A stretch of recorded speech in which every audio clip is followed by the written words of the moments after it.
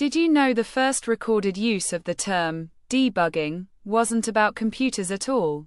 In 1947, while working on the Mark II computer at Harvard, engineers found a literal moth trapped in a relay, causing a malfunction. They taped it into the logbook, labeling it the first actual case of bug found. But here's the twist. Thomas Edison used bug to describe mechanical issues in the 1870s.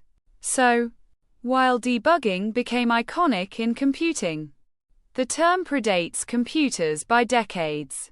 Next time you fix a bug, remember, you're carrying on a quirky tradition older than modern tech itself.